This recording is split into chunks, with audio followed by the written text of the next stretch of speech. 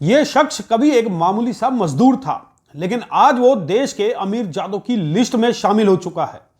कभी मामूली सी दिहाड़ी पर 2 वक्त की रोटी मुश्किल से खाने वाला यह शख्स देश के राजनीतिक दलों को फोकट में 1300 करोड़ देने के काबिल बन जाएगा, शायद ये किसी ने सोचा तक नहीं था। ठीक किसी मुंबईया की मसाला फिल्मों की तरह यह शख्स हजारों करोड़ रुपए अपने ऐशो आराम पर लुटाता रहा। देश के बड़े बड़े राजनेता उसके सामने हाथ बांधे खड़े रहे। इस शख्स का नाम है सेट्यूगो मार्टिन, जिसे लोग लॉटरी किंग के नाम से भी जानते हैं। चेन्नई से लेकर देश के कई राज्यों में इसके कारोबार की जड़ें इतनी गहरी हैं कि उसकी गहराई नापने के लिए ईडी को भी सालों लग गए। लेकिन जब मार्टिन के ठिकानों पर छापेमारी हुई तो सभी की आंखें फटी की फटी रह गई। दोस्तों नमस्कार, मैं हूं संजय कपूर और आप देख रहे हैं City Mail News. Media reports के अनुसार मार्टिन महज कुछ सालों में ही इतनी ऊंचाई पर पहुंच गया जहां का सफर तय करने के लिए लोगों की पीढ़ी दर पीढ़ी मेहनत करती रहती है। इसके बाद भी वो ऐसी कामयाबी अर्जित कर पाएंगी, इसकी गुंजाइश भी ना के बराबर होती है। 1988 में मार्टिन म्यांमार में मजदूरी कर मुश्किल से 2 वक्त की रोटी जुटा पाता था। इसके बाद वो भारत आया और उसने तमिलनाडु में लोगों के बीच जाकर लॉटरी बेचने का धंधा शुरू किया। जैसे ही उसने ये काम शुरू किया तो देखते ही देखते उसके धंधे को पंख लगने लगे। वो तेजी से लॉटरी के काम से अच्छा खासा मुनाफा कमाने लगा।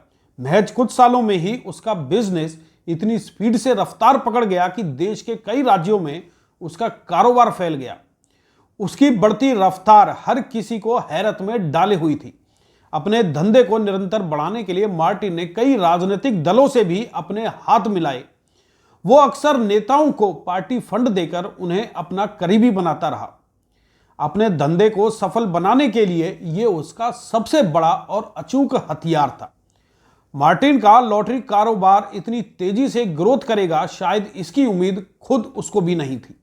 लॉटरी के धंधे में उसे किंग कहा जाने लगा। रातों रात मार्टिन की फिल्मी स्टाइल तरक्की देखकर उसके दुश्मनों की कतार होना भी अपने आप में लाजमी था। साल 2008 में उस पर सबसे पहले सिक्किम सरकार को 4500 करोड़ रुपए का चूना लगाने का आरोप लगा।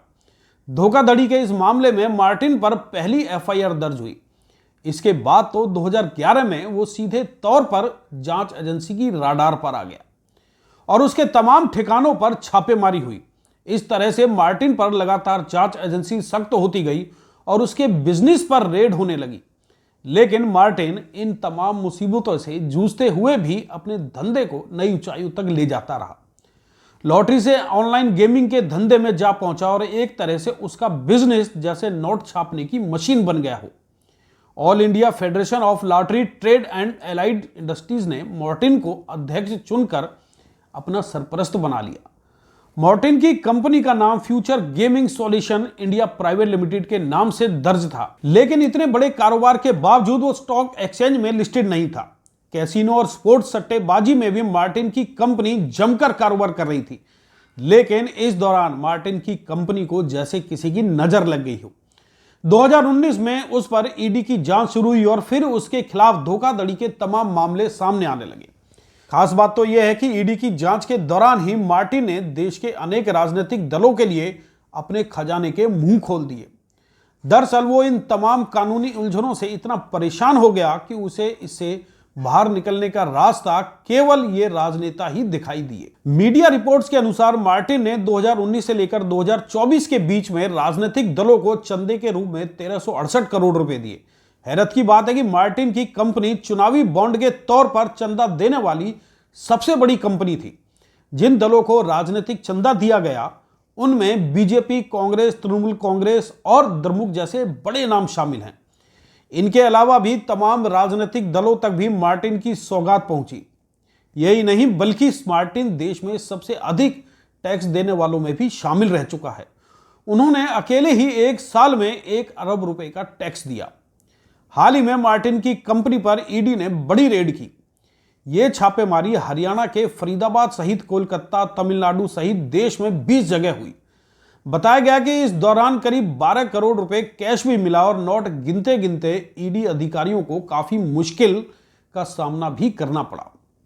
इस नकदी का सोर्स बताने में मार्टिन को मुश्किल हुई, क्योंकि वो कोई ठोस जवाब नहीं दे पाया। जांच एजेंसी का आरोप है कि केरल में फर्जी लॉटरी के जरिए मार्टिन की कंपनी ने सिक्किम सरकार को करीब 900 करोड़ रुपए का नुकसान पहुंचाया।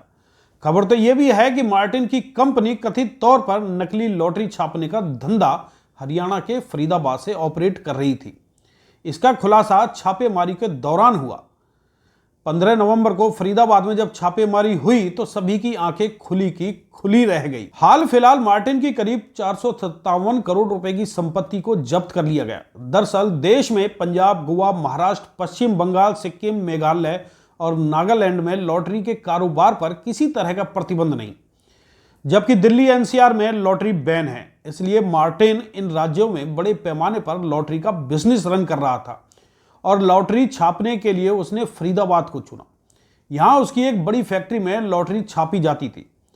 फिलहाल ईडी और इनकम टैक्स मार्टिन के साम्राज्य की पूरी नींव हिला चुकी हैं और अब उसकी तमाम परतें उगाड़ी जा रही हैं। देखना अब यह होगा कि मार्टिन के कारोबार के नीचे ऐसे कितने राज दफन हैं जिन्हें सामने लाया जा सकता है।